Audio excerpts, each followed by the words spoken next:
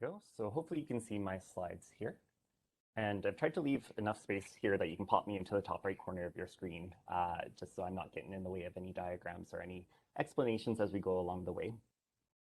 So anyways, I want to start this off just by thanking you all for coming.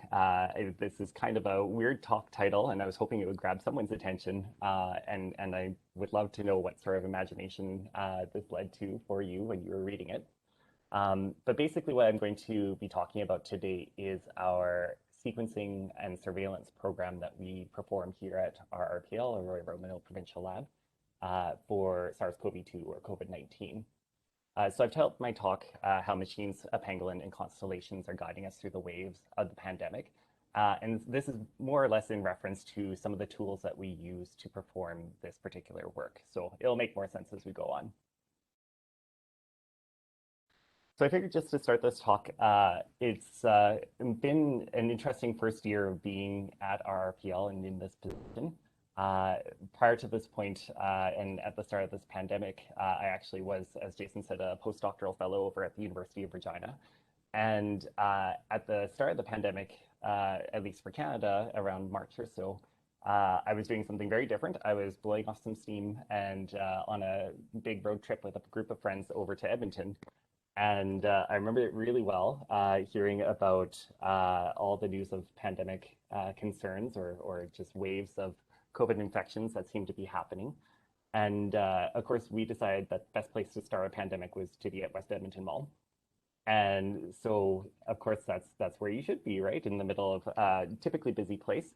And it was really eerie. And to be honest, it was empty, as you can see in some of those pictures below here that there really were, it was us, a couple other people who managed to slip into the water slides before they were closed down because of the pandemic. And it was just very quiet and unsettling. So shortly after we had headed home, and when we got back to Regina, of course, I needed to go shopping because I had very little groceries in my house.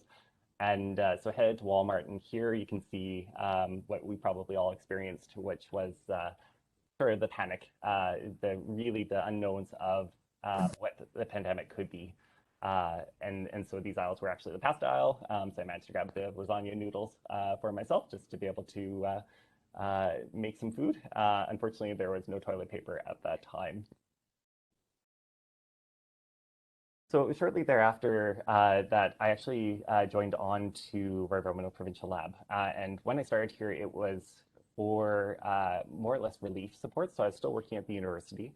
And when I started, it was a position where I would pop in when I had some time and would help staff out because at that point we were a fairly small department still. And it was all hands on deck, really just being prepared for the number of samples and testing that were coming our way.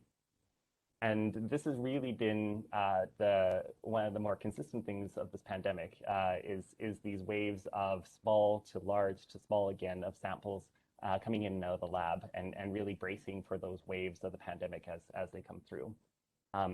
So specifically, I want to give really important recognition to our medical and clinical microbiologists, in particular, shout out to Dr. Amanda Lang and Dr. Jessica Minion, who have been tremendous leads, really, in terms of our ability to navigate this pandemic and provide lab services.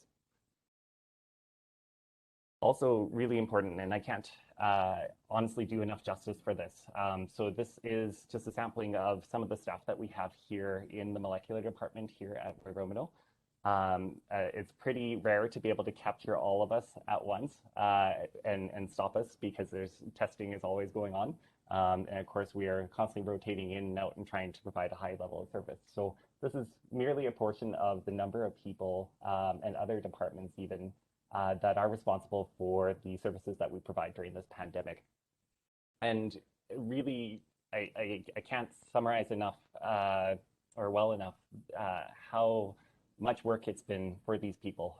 They have shown up and they've given it their all and really have supported this province through all of this pandemic and continue to do so. So wanted to make sure I took a bit of time to make sure that they're recognized during this talk. So what we're going to talk about today, in essence, is the COVID-19 pandemic, which maybe sounds a bit weird for antimicrobial stewardship talks. But of course, COVID is everywhere, so why not here? And so what I'm going to talk to you about is our typing and surveillance program in particular, and how it wraps into some of the public health work that we do here for the province. I'm going to start off just talking about molecular terminology. I don't want to assume that everybody has the same level of knowledge when it comes to the molecular work that we do here in the lab. And then I'm going to lead you through sort of the process of a specimen from start to finish. So we'll start with what happens to a specimen as soon as it arrives in our lab or our facility.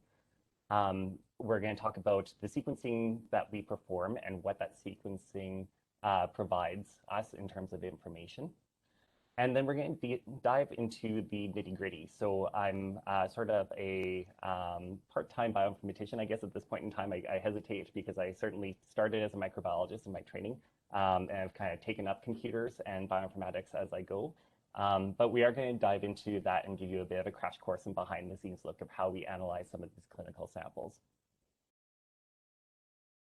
So to start off, let's talk some molecular terminology. So three of the major concepts that I'm going to be referring to sort of really briefly throughout this talk are these ideas of what a PCR is, what a phylogeny is, as well as what are mutations.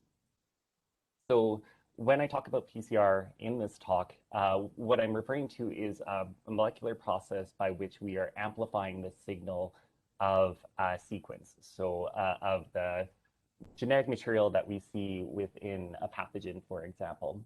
So you can imagine that this green and this red bar here in part one is a genome for a pathogen of interest.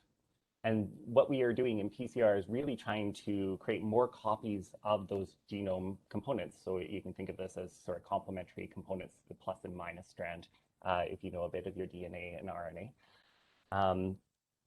So what's happening during PCR is we are amplifying it by using these smaller pieces of oligos. These are known as primers, and they are complementary. So they're going to bind onto either template strand of the original pathogen's genomic sequence.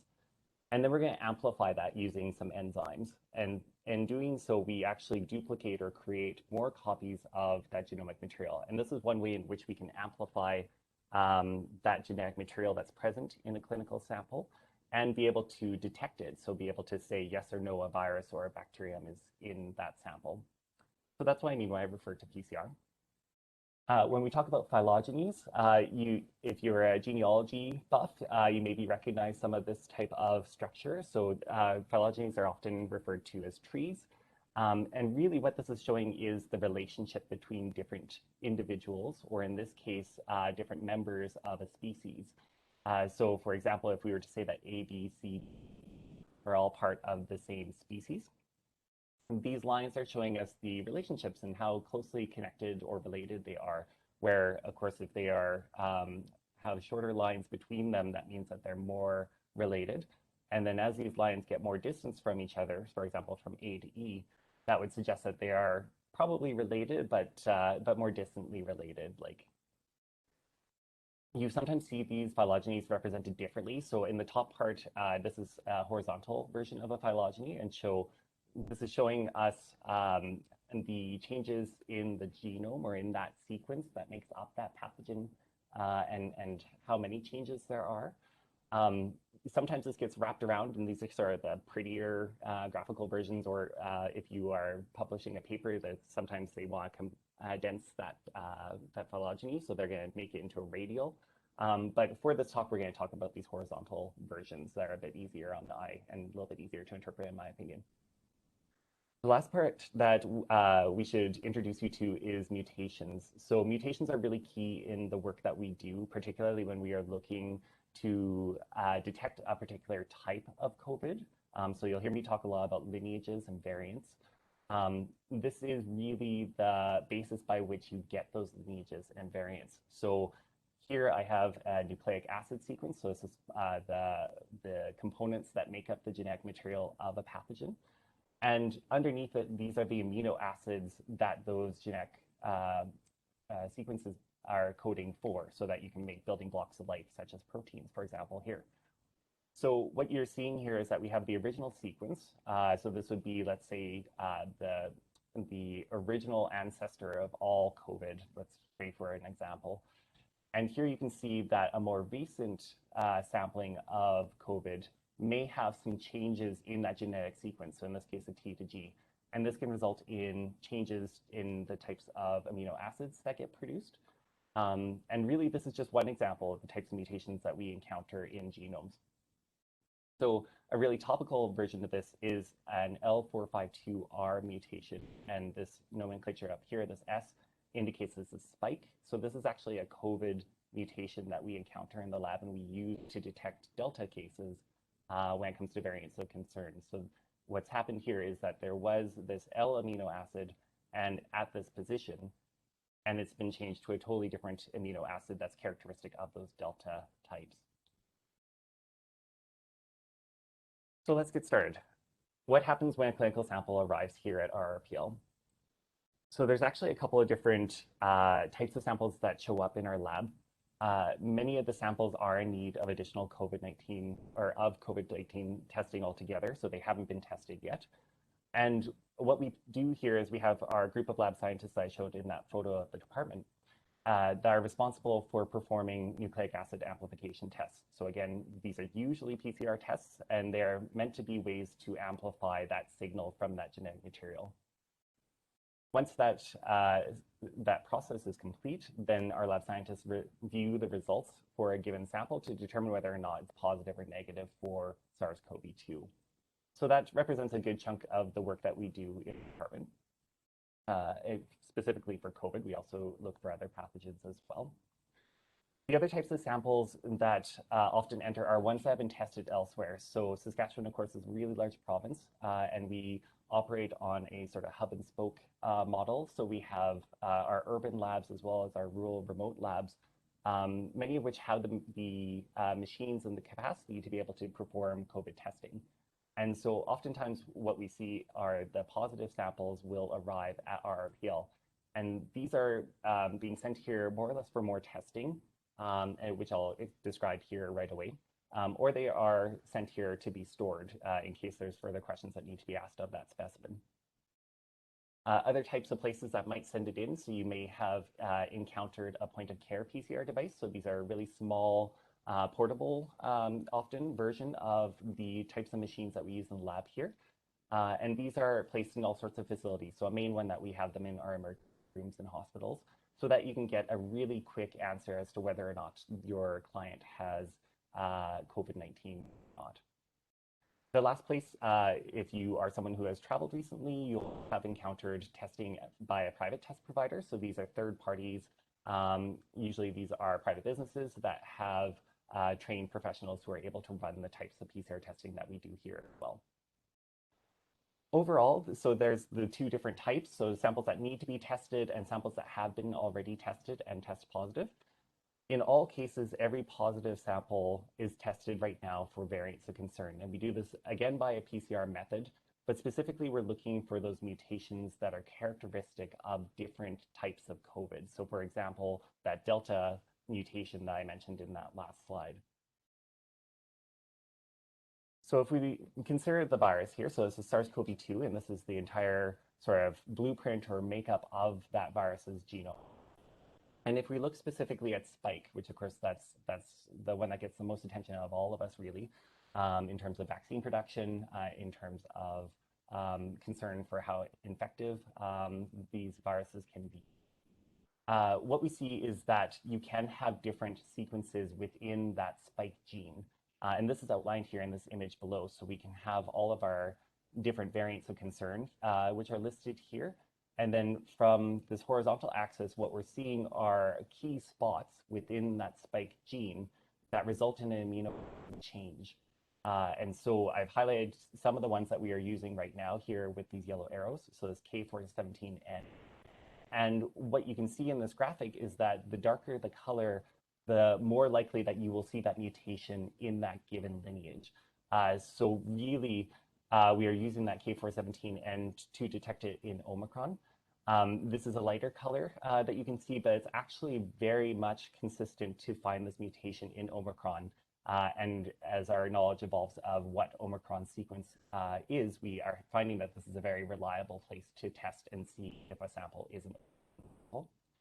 We also use that L452R that I mentioned, and this is a really good way to detect Delta specifically, as you can tell by that purple square there. So these are some of the mutations that we are checking for when we are looking for those variants of concern. Are those present? And if so, it's possible that you have a variant of concern sample. So why not stop there? Why keep going in terms of testing? Well, one of the things that we do usually after a SNP PCR and after we figure out whether or not a sample is a variant of concern or just in general what a sample is for COVID, sequencing is another step that we perform here. And sequencing is able to provide us with so much information. It is absolutely one of the most richest sources of information from the types of lab testing that we are able to do. And I've included some examples of the types of information that we get out of sequencing. So a very common example would be that it's a way that we can identify those variants of concern or interest. So that SNP PCR can give us a good suggestion that it's likely to be one of the variants. But it can be good to confirm that those are indeed variant of concern cases by sequencing, just by looking at the entirety of the genome rather than a couple specific spots within it. The other uses of sequencing is that it can tell us about cases that have come in, so importations of new variants or new types or flavors of SARS-CoV-2 that have come in either from international sources or from other provinces and territories within Canada. It also is very useful for detecting those variants that arise in Canada, and I have a very specific example at the end of this show that I can point to for that. Other things that it can tell us by doing the sequencing is it really is a definitive way to tell what type of COVID you have or SARS-CoV-2 you have in your specimen. And so once we collect a bunch of information for a bunch of specimens, we can start to estimate the prevalence of different circulating variants here in the province.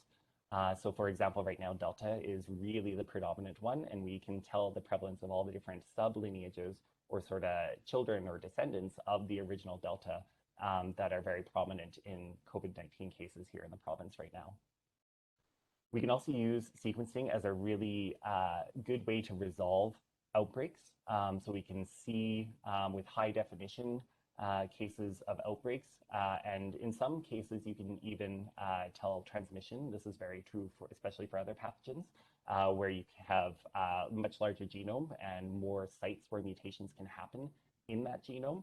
It really creates this even more rich genetic information that can show you what cases might be related, for example. Of course, having to follow up and make sure that that does make sense. It's not just sequencing that can tell you for sure if an outbreak, really connecting all of those samples and people together.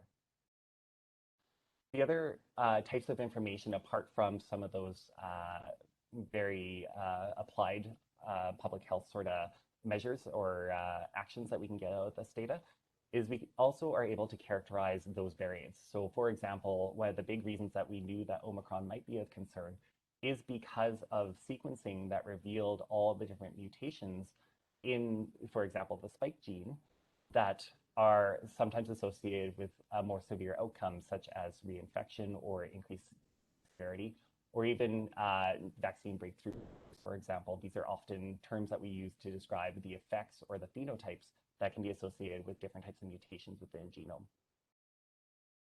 The last part is just sort of going back. So sequencing is a really good way to evaluate the accuracy of our variant-specific molecular diagnostic screen. So for example, that SNP PCR, we are able to process many more samples and can do so at a very low cost when it comes to SNP PCR. But the ability to tell what targets are going to be useful when it comes to looking for a particular variant really comes from sequencing data and being able to look at the entirety of a genome and compare the genome of one variant or lineage to another to be able to say what's unique about that particular lineage. So these are some of the ways that sequencing helps us out in a public health lab. So one of the big questions that I often get asked is, how are we selecting our samples for sequencing? It is a reality that sequencing is a big task. It is not possible at this time to be able to sequence absolutely every sample all the time. In some cases we can, especially when case counts are lower. But how do we select a sample? How do we choose that in a way that's going to be informative for us in terms of outcomes I described on the previous slide? So it's a good approach to think about selection based on sort of different modalities. So we can have sort of an elevated surveillance where we are looking at all the cases of COVID and being able to sequence all those positive samples. We can have a representative surveillance, and this represents randomly selected samples that we are choosing out of the total positive samples that are coming in. And for us here in Saskatchewan, that's about 55 to 60%. This changes from week to week, just depending on how big of a representative sample of specimens we to be able to extrapolate and be able to say how prevalent different lineages are in the province. So based on this amount, we're actually able to detect variants that make up as low as 2.5% of the total number of cases in the province. So this is a really sensitive way to tell if there is a new variant that has come in, has been introduced in the province, and we can track that variant to make sure that we know what's going on with it if it's going to be something concerning to us. The last part, of course, is to talk about targeted sequencing. So this is in addition to the surveillance that we do that's random or total. But we may have cases where there was something of interest. For example, right now, we are sequencing any cases that appear to be positive for Omicron by our SNP PCR. But it could be also that samples have important epidemiologic features. So for example, if someone has traveled, we may want to sequence their sample to see what type of COVID they may have brought in with them if they are COVID positive on. We can also look at really important questions when it comes to the actual infection and the course of infection and disease. So looking at, for example, cases where someone has been reinfected with COVID over the course of this pandemic, if someone's had a severe outcome, if there's been treatment failures. And again, outbreaks are a really good example of how we can use sequencing and target particular samples to see what's in there for SARS-CoV-2. So the next question that you might be asking is, okay, well, that's great, Keith, that you do all the sequencing, but it's still a really big black box to me. How do we do it? So I'm going to talk next about how we sequence the genome and the actual molecular approach that we use. So the approach that we use is known as the midnight sequencing method. It's often referred to as the Fried protocol, which is named after the original researcher, Nikki Fried, and colleagues who developed this particular sequencing approach. And what this approach is really a targeted sequencing approach. So what we're doing is we're taking a clinical sample and we're trying to amplify the signal that is that original SARS-CoV-2 viral genome in a sample. There are many types of genomic material that might be present in a sample. There could be other types of pathogens, for example, or there might be even some in a sample that has come along for the ride by way of some of your cells coming off along with the swab when you get your sampling done. So there's all sorts of genetic material that could be present in a sample. What this approach does is focuses specifically on COVID and SARS-CoV-2 and amplifies the genome of that virus so that we can detect it and be able to look at the actual blueprint or genetic makeup of that genome. How we do this is through a method known as multiplex PCR. So again, just to remind you of this PCR approach that we talked about at the very start. When we're doing multiplex PCR, we're basically doing multiple PCR reactions within a single tube in the lab. So you can see this most clearly down here, where this graph is showing sequencing of a SARS-CoV-2 genome. And I just put the SARS-CoV-2 genome up here just so you can remember what that looks like. So same sort of coordinate positions, right, from 0 to around 30,000 base pairs, which is the entire length of that genome. And what we're doing is we're developing PCR such that we can amplify each of the regions of the genome.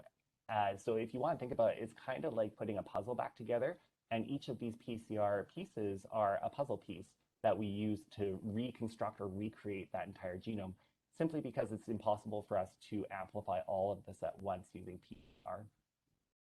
The way that we do this is actually using tiled amplicons and overlapping amplicons. So the PCR products, or these little bits and pieces that you see up here in gray, those overlap each other so that we can sort of tell what puzzle piece goes together with what puzzle piece. And so we actually have these two different pools, so odd and even, so that those different PCR amplicons don't get in the way of each other, for example, when we are performing all these PCR reactions at once. So for example, these top even numbers, these would be PCR reactions happening in one tube, while these bottom ones are PCR reactions that would happen in a separate, different tube, but all for this one sample. So the sample is actually existing in two different aliquots or sample tubes at the same time. So what we do once we have amplified all of those different puzzle pieces is we have to put them back together again. And the way that we do this is through bioinformatics, which is a computational approach, where we take the sequence data that gets produced, all of those nucleotides, those A's, C's, G's, and T's that make up a genome. And what we're doing is we're looking again for those pieces of the puzzle that overlap together again, to reconstruct sort of all of them back together. The good thing is we do have a top of a puzzle box that we can use to be able to tell how those puzzle pieces do come back together. And that is in our reference genome, which is one of the original genomes from the very start of the pandemic. So we use that reference genome blueprint as a sort of guide for how those pieces are put back together again by the computer. So this is a real life example of some of the sequencing that we've performed in the lab. And what you see here are a bunch of SKs. So each of those SKs represent a clinical sample that we have sequenced. And then again, you see the genomic positions from around 0 to 30,000 here at the bottom. And what you'll immediately notice that's different is that you see these colored blocks. And what these blocks represent are changes in nucleotides or mutations that have happened in that sample compared to that reference sample, that one of the original samples to be isolated of SARS-CoV-2. So we can tell what things have changed within that genetic sequence for a given sample. That's also the way in which we build those phylogenies, so be able to tell the relationship between different samples. So you can see here that these samples are more closely related because they carry similar mutations within their genome. It's not to say that they are all directly related to each other and say, for example, one person has another. We're not able to tell that from this particular data. But it gives you an idea of generally who has what type of COVID causing their infection. So I make it sound really easy. It's actually not when it comes to multiplex PCR. And the authors of that study and who created this approach had to do a whole bunch of work. So you can imagine that setting up PCR reaction is not particularly easy all the time, much less trying to set up a whole bunch of reactions all at once in the same tube and trying to make everyone happy and make sure that everything gets amplified, all of these signals evenly across the genome. It's really, really important that we are able to evenly amplify that genome so that when we go to reconstruct it, we can see all the parts of the genome. But the other part of this is that the components, those enzymes, for example, that are used to create more copies of that genomic material, those are all shared by those different PCR products inside of that tube. So we have to make sure that everyone's playing nicely, everyone's able to get access to those molecular components and are able to amplify the signal of all the way across the genome so that we can see the entire genome clearly. So on the left-hand side, you can see that they actually had to play around a whole bunch with different sizes of PCR product. The size that they ended up choosing was this 1200 base pair.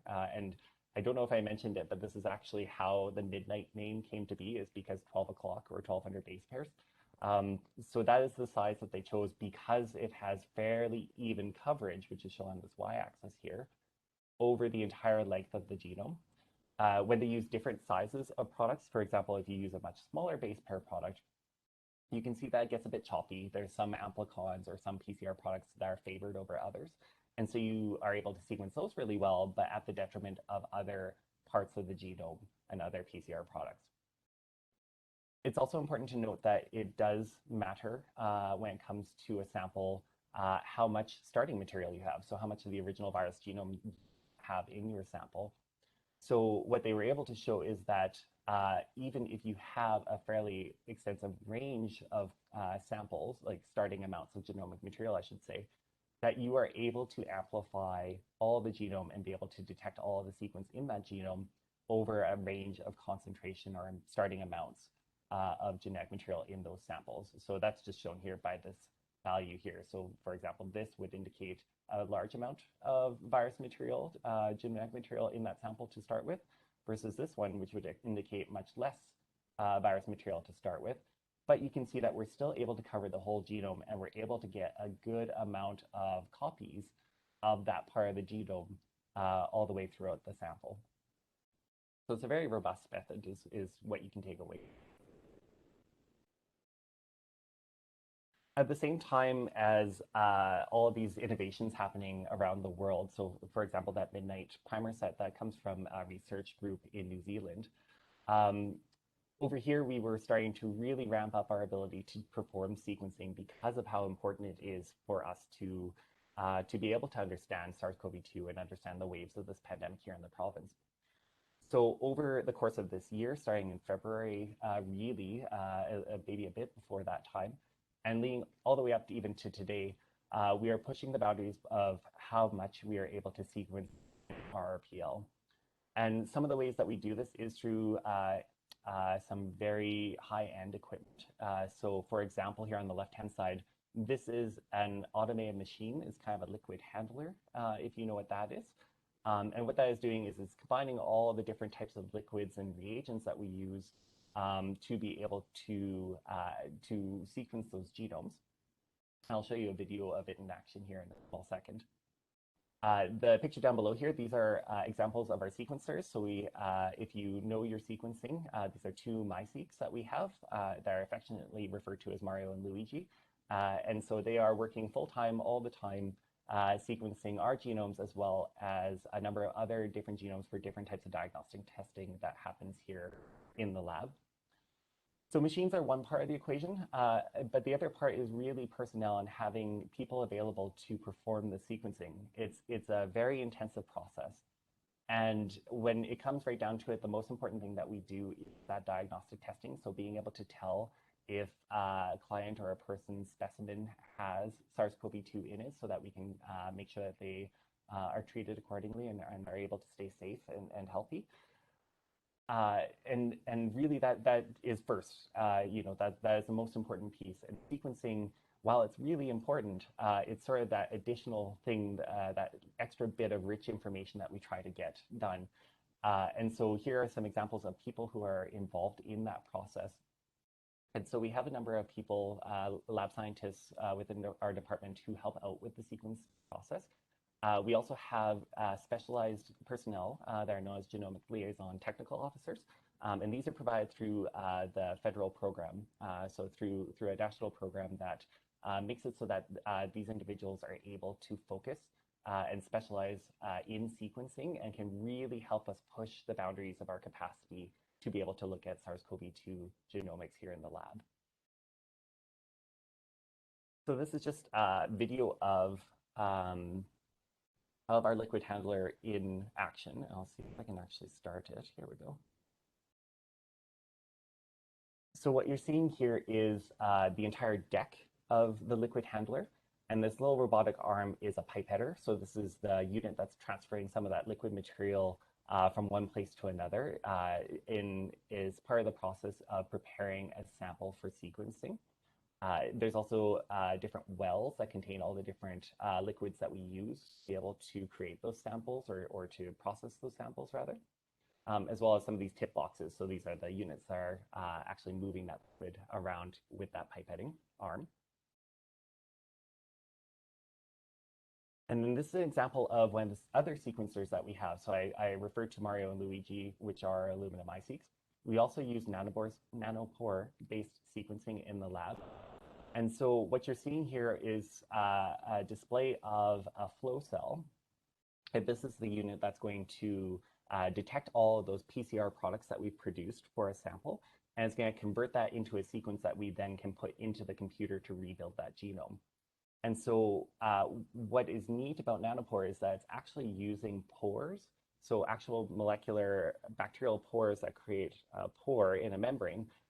And the genomic material that we have amplified goes through that pore and is detected and converted into a signal that we can interpret. So those AACs that make up a genome. So this is an example of its sequencing. And any of these green squares represent a pore that has a piece of genomic material going through it at that time, whereas these blue symbols represent pores that are waiting for a piece of genomic material to arrive so that it can be sequenced. So that's a rough overview of the types of sequencing that we do there. The last part I want to talk about here is how we determine a lineage based on that sequencing data. So we're able to align all of those different bits and pieces back together. We can rebuild or reconstruct the genome. How do we determine if a sample is Delta versus Omicron versus Alpha, for example? So this is an example of some of the best things to come out of this pandemic, to be honest, is the global collaboration that occurs with SARS-CoV-2 genomics. So this is a cyclical process, really, by which we are able to determine what types of COVID lineages exist out there in the world.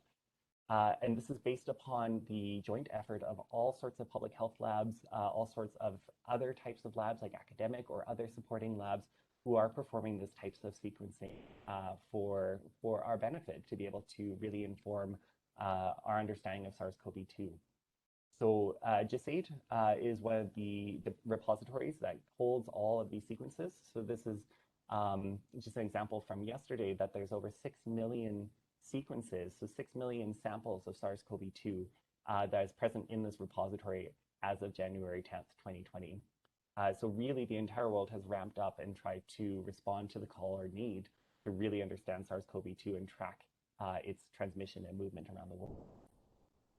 So what happens when it comes to trying to determine lineages that are out there and if there's actually new lineages that we should be calling or assigning out there?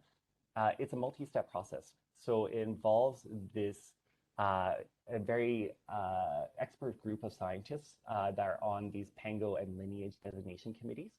And what they do are they are reviewing the global phylogeny or the global tree that represents all of those samples out there, and is looking for any signal to suggest that there might be a new version of SARS-CoV-2 or a new lineage out there circulating or starting to circulate.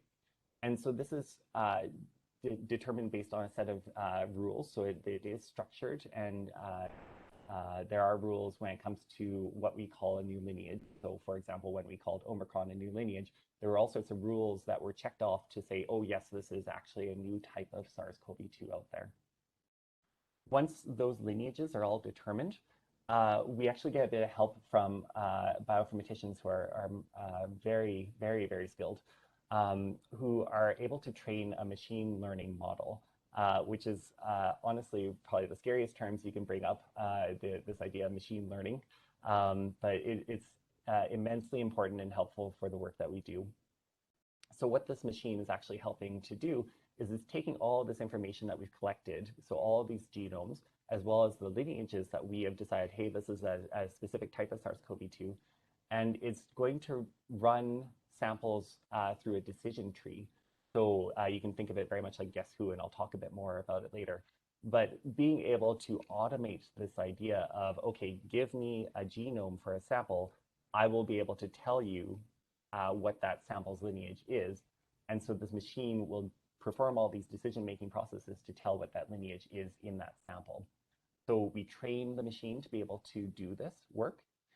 We also have other supporting programs that look for very key mutations that are specific to a type of variant. And those are known as Constellations, so that's the specific mutations for a specific variant.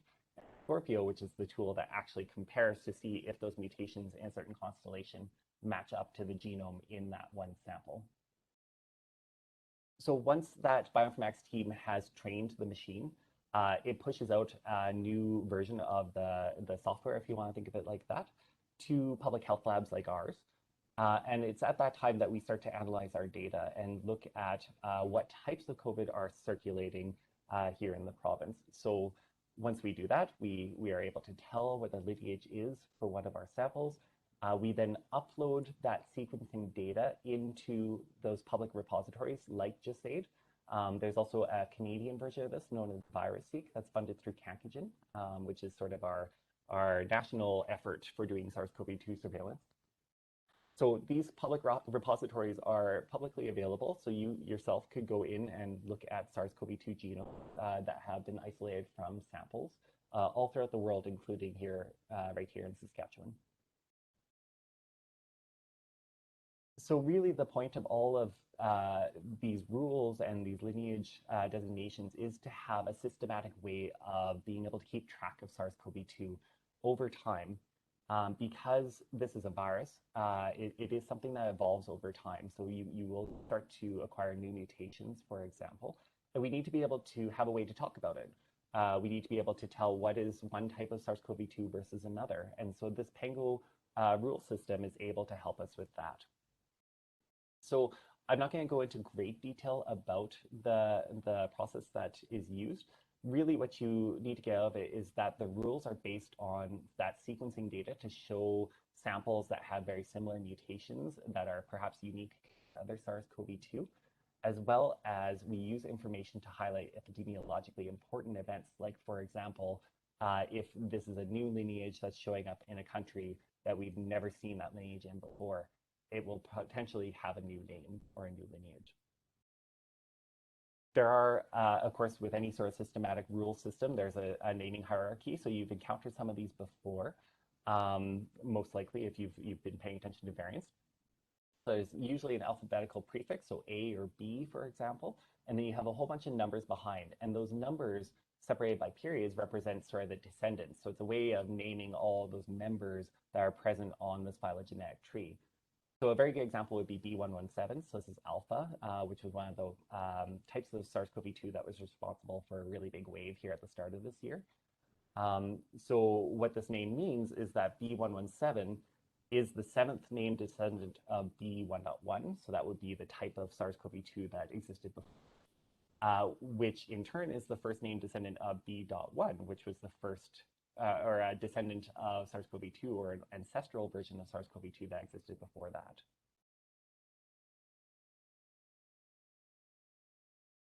There are other rules because you can imagine this can go on and on and on and on, that we do end up switching this in for a different combination of letters and numbers. And this is where sometimes it gets confusing. So for example, we have B1617.2. So this is the original Delta that was circulating here in the world.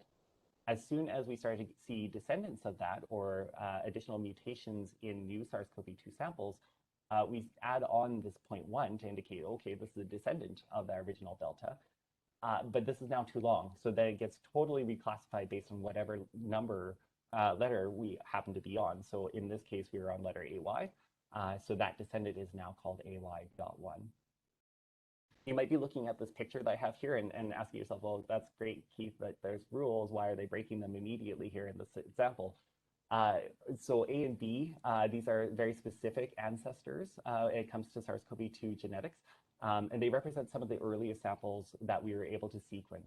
And really, the reason that there is no numbers behind it is because we aren't aware or we are unsure of the ancestors that came before them, just because we haven't isolated them or identified them at this time.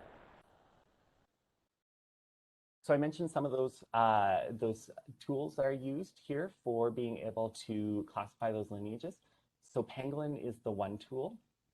And so this is that machine learning approach that uses a whole bunch of decision-making rules to look at the genome at one position at a time and say, okay, at this position, I see this mutation. That's going to lead me to the direction of these possible types of variants versus if it didn't have that mutation, it could be these other types of variants. And then we have that other tool, Scorpio, that's looking at very specific mutation profiles that are associated with different lineages that we're interested in. So this is a graphical version of that machine learning model. So again, think Guess Who, like does the person have a hat? Do they have glasses? Do they have a beard? That these are able to help us hone in and eventually arrive at just one type of person in that game, or in this case, SARS-CoV-2 virus type or lineage. So here's an example of some of the logic that used to be in this program. This is a bit older logic. But you see this position within the genome represented here, and it's saying, look for this mutation, and if it's true, then go this way, and if it's false, then you go this way. So this is an example of the type of decision the machine is making. On the right-hand side, this shows what was an example at one point in time of all the decisions that that machine learning model makes to be able to tell one lineage from another. And really the end or the termination of any of these represents a lineage of SARS-CoV-2. So again, with Scorpio, we're talking about very specific mutation profiles. So we're looking at very specific types of mutations in that genome that's often associated with one of those lineages. So it's using those constellations, that profile of mutations. And then Scorpio as a tool is going to actually compare that profile to your sample of interest to say, okay, is this B117 or is this an alpha case? And it will tell it, so based on those positions within the genome that are characteristic of that particular type of SARS-CoV-2. So just to wrap it up here, I know I'm kind of running a bit over time. I wanted to show you a few examples of actual clinical cases that we've looked at. So you've seen sort of a smaller version of this, but here is an example of all the sequencing that was done on samples for a given sequencing run, sort of a single time of pressing go on one of those sequencing machines I showed you. And you can see all the mutations that get identified for each of the samples. You can also see that we can tell what lineage each of those samples are. So in this case, we're seeing lots of AYs, which represents delta. And so this would be a more recent example of sequencing where really delta is responsible for the majority of cases here in the province. And then we can get into the nitty gritty, and I'll spare you most of the details of this really. But what you can tell here is, again, we have our samples. You can see the lineage that's been called by Pangolin, so that machine learning model. We can see how much supporting data there was, so how many mutations matched or were these alternative mutations compared to our reference, our ancestor genome. So of course, if there's more alternative mutations, that means that's going to line up and provide evidence that is that new type of SARS-CoV-2, as opposed to the reference here. So reference would be that ancestral genome, that top of the puzzle box that we were comparing against. You can also see that Scorpio call, so it's agreeing, the two tools, that machine learning model, Pangolin and Scorpio, they're both agreeing that this sample here is a delta case. We can also dive right in to see how well did sequencing go. So I've got these three examples here, and you can see all the PCR amplicons that we've created, or generated rather, for that original virus that was in that sample. So in some cases, you can see that the sequencing has worked really, really well, and we have good supporting evidence to call what type of COVID it is. But sometimes we have very low sequencing coverage or low success of sequencing that sample, and that's shown here. So you actually only see a few PCR amplicons popping up rather than everything covering the whole genome. So I just want to end off with the fact that this is a really huge global effort. We are all working really, really hard to be able to track SARS-CoV-2, to understand it, and understand the implications of some of these newer lineages that are starting to pop up, and that have popped up over time. And all of this data is publicly available, and this is really important, this level of unbridled sharing of data that we are able to do to inform things like vaccine production, for example, to be able to inform primary research that happens at universities that are able to tell us more about SARS-CoV-2 and what positions in a genome might help us understand the consequences or the phenotypes of that particular virus and how it interacts with us, how it causes infection, what sort of disease we can expect from new and emerging versions of SARS-CoV-2 as the potential. And then just really briefly, I had mentioned the idea that in Canada, we can look for sort of emerging types of SARS-CoV-2 that have popped up with cases. So this is an example of one type of SARS-CoV-2 that that appears to have evolved over time as a result of cases of SARS-CoV-2 here in Canada. And so we had put out a huge national collaborative effort to analyze some of the sequence data that we looked at. We noticed that some of these lineages in our collection that are in this dark gray carry specific mutations, these tracks or lines that are in red. So these mutations are specific to Canadian as well as some global cases of SARS-CoV-2, whereas other global cases do not have those mutations. You can see that absence of red in here, and in fact have a totally different profile altogether. So this is again suggestive that we have found a new SARS-CoV-2 lineage, and this was just recently designated. So this is this AY.25.1, so it's that type of Delta that we have found in Canada based on the cases that we've sequenced. So with that, I'll wrap it up. Thank you for sticking it out if you've managed to stick it out here past time, and I'm happy to take any questions that you might have.